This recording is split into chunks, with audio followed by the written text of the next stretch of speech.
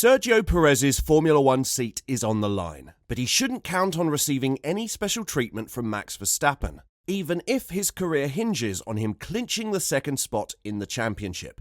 Is it because the Dutchman doesn't like the Mexican, or is it because he needs to earn his spot fair and square? You're about to find out in today's video, so don't go anywhere.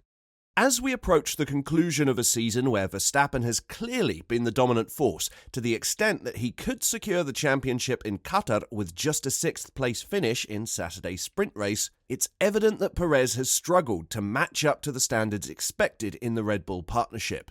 Despite having the advantage of driving the superior RB19, the Mexican driver has only managed to secure 2 victories and 4 second-place finishes. His silver lining in this underwhelming performance has been his ability to maintain the second position in the championship standings throughout the season. Even though he trails his teammate by a significant margin of 177 points in the standings, he maintains a comfortable 33-point lead over Lewis Hamilton, with Fernando Alonso trailing a further 16 points behind him. In the previous season, he couldn't fend off Charles Leclerc in the battle for the second position, falling just 3 points short of the mark. This situation arose after Verstappen, who had already secured the driver's title, flatly declined to assist him during the Sao Paulo Grand Prix by yielding a position. This trend extended into the season-ending Abu Dhabi race, where Verstappen expressed that it wouldn't have been in good spirit if he had intentionally slowed down to impede Leclerc and create an opportunity for Perez to overtake. Given this perspective, it's understandable why Natalie Pinkham doesn't envision Verstappen generously offering Perez a victory, as she shared in the latest F1 Nation podcast, saying, "I think the whole point of why Red Bull has been so dominant this season and Max, there's a ruthless streak in both Max and Christian Horner. They're hugely competitive people, they're meticulous, they're thorough, they have an incredible work ethic, but crucially, there is that ruthless streak, which winners need, and it isn't about having empathy for who finishes second. What's in it for Max to do that?" Guest pundit and former F1 driver Pedro de la Rosa doesn't find a compelling rationale for Verstappen to take such actions. According to his viewpoint, securing the second position doesn't hold significant importance, not even for Red Bull.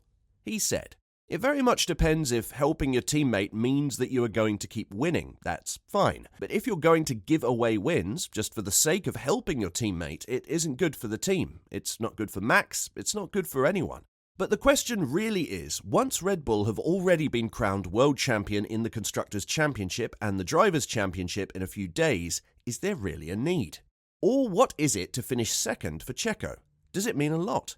I mean, because if it means a lot, then I would understand maybe Max will help. But if it has to mean something special for the team and for Checo to finish second, I personally think that finishing second doesn't mean anything at all. You're still finishing behind your teammate. The team has already achieved the Constructors' Championship, so I wouldn't give it too much importance, being second.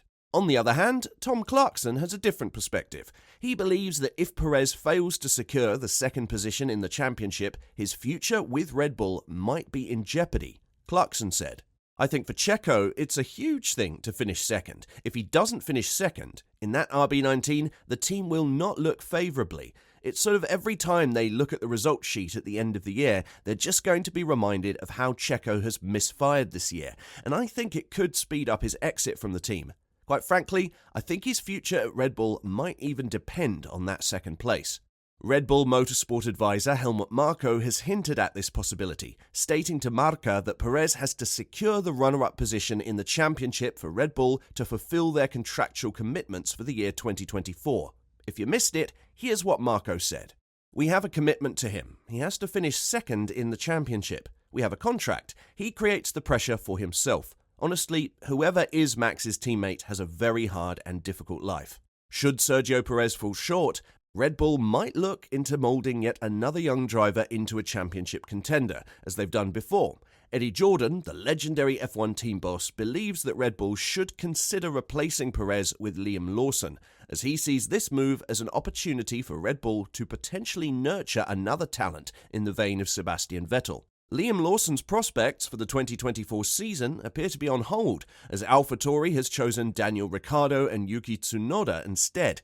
The 21-year-old showcased his potential during his brief time in F1, notably achieving AlphaTauri's top result of the season with a 9th place finish at the Singapore Grand Prix. The upcoming Qatar Grand Prix is likely to mark the conclusion of his season, as Daniel Ricciardo is anticipated to make a return in Texas later this month. Eddie Jordan believes that Red Bull should consider parting ways with Perez to provide Liam Lawson with an opportunity to demonstrate his potential. Jordan expressed this viewpoint on the Formula for Success podcast, saying, "I think he either next year or the year after should wind up in Red Bull. Put Lawson in the car. Take that chance, because you have a chance of making another Vettel. It's really difficult to see how Daniel is going to do that. Don't lose Lawson, though. I think he is really good." Lawson deserves a chance in Formula One. You can only win the championship with one driver. And in my opinion, if you're going to change Checo Perez, I would change them for somebody absolutely new who has a really bright future. I think Lawson, because it's the same kind of feeder team, isn't it? Where Sebastian Vettel came from, and Lawson has that ability, I think he, either next year or the year after, should wind up in Red Bull. Max Verstappen's rapid ascent through the junior racing ranks is a widely recognised tale, although it did catch some by surprise. Verstappen initially debuted in Formula One during practice for the 2014 Japanese Grand Prix while driving for Toro Rosso. He then secured a full-time racing seat with the Red Bull Junior team for the 2015 season, even though he was still a relatively untested driver in the lower-tier racing categories. Verstappen's journey into single-seater racing was particularly remarkable during that same year. He managed to secure a third-place finish overall in the F3 European Championship and also emerged victorious in the Zandvoort Masters. His transition from karting to Formula One in such a remarkably short span was unprecedented and cannot be duplicated, largely because the FIA subsequently implemented minimum age and licensing requirements in response to his rapid rise. Verstappen's rapid promotion from just 1 year in F3 to a Formula One seat with Red Bull was indeed a bold move, and Matthew Howson expressed his belief that it might have been too hasty. Consequently, he suggested that Verstappen had to acquire a substantial portion of his experience and learning while competing at the highest level of motorsport, saying, "Prior to Max, Kimi Raikkonen had done 1 year in Formula Renault and gone straight in Formula One. I'd say Max was rushed into F1 really, and had to do a lot of his development in the eyes of everyone, as we all saw, because he was quite crash happy. In fact, the only time I did see him in action in F3 was at Pau, when he had an almighty crash in front of me. Maybe in karting circles, there was a lot of hype about him, but it was more the fact that he was rushed into F1. You're sort of thinking, okay, Red Bull have obviously seen something. It's not something that's pure hype. They obviously really believe in him, and you could be forgiven for thinking, after 1 or 2 years, that maybe it was a bit misplaced because he was still making strange errors. He was going for gaps that weren't there, just ruthlessly. You couldn't overtake him, which you still can't now. You crashed, he just wouldn't give an inch. But he's just polished that. He's just done it in F1. Whereas I think the likes of Lewis, Leclerc and Russell did their polishing in the junior formulae, which is the more cost-effective way. So, should Max Verstappen give Sergio Perez the help he needs to win second place? And does Liam Lawson have it in him to turn into a Sebastian Vettel with the right guidance? Tell us what you think in the comment section down below. And, as always, don't forget to like and subscribe to the channel if you haven't. Thanks for watching.